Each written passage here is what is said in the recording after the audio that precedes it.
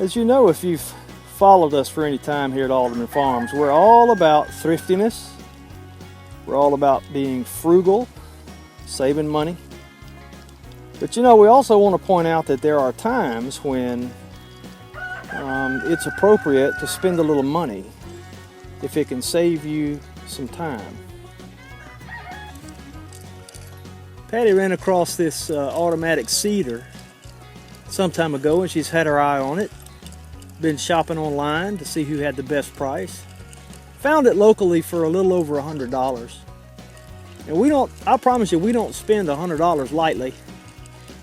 But to give you some idea of how we think it's worth it, you noticed in the previous clip and in this clip how quickly she has just planted a whole row of snap beans.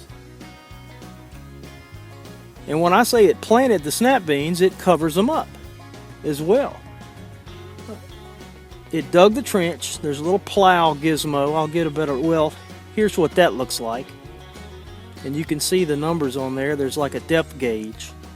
So it digs the trench, drops the seed at appropriate intervals, and the little chain dragging along behind it you saw covers them up.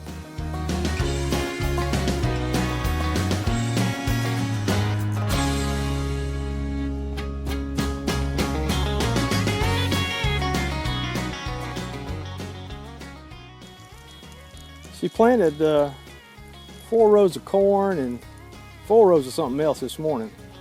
But this is her 3rd row at this stretch. And she planted the first 2 rows of snap beans in 3 minutes. There's a hopper on top, and inside that hopper there's a plate. Here that is. And it actually comes with interchangeable plates to be able to plant various seed sizes.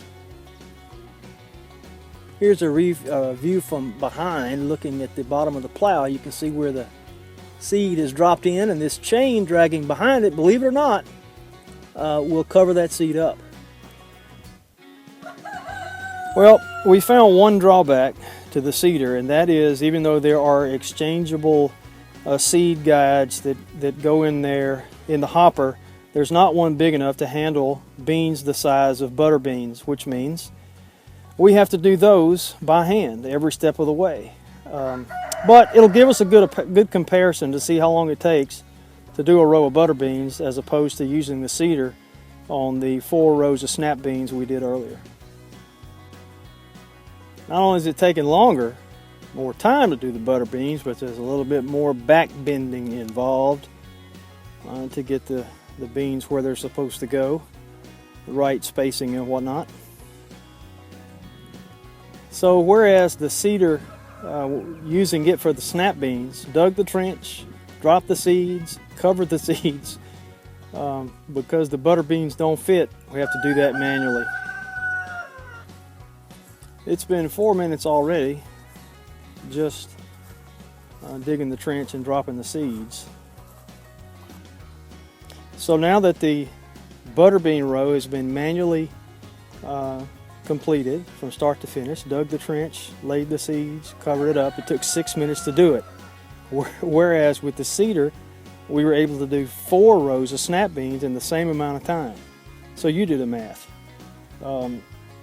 Very, very wise expenditure of $100. It'll save us a tremendous amount of time getting seeds in the ground, a tremendous amount of lower back work will be saved, not having to bend over so much. We're tickled. The only drawback we found so far, again, is that the larger seeds, the size of a butter bean, won't fit in it, so we have to do that by hand.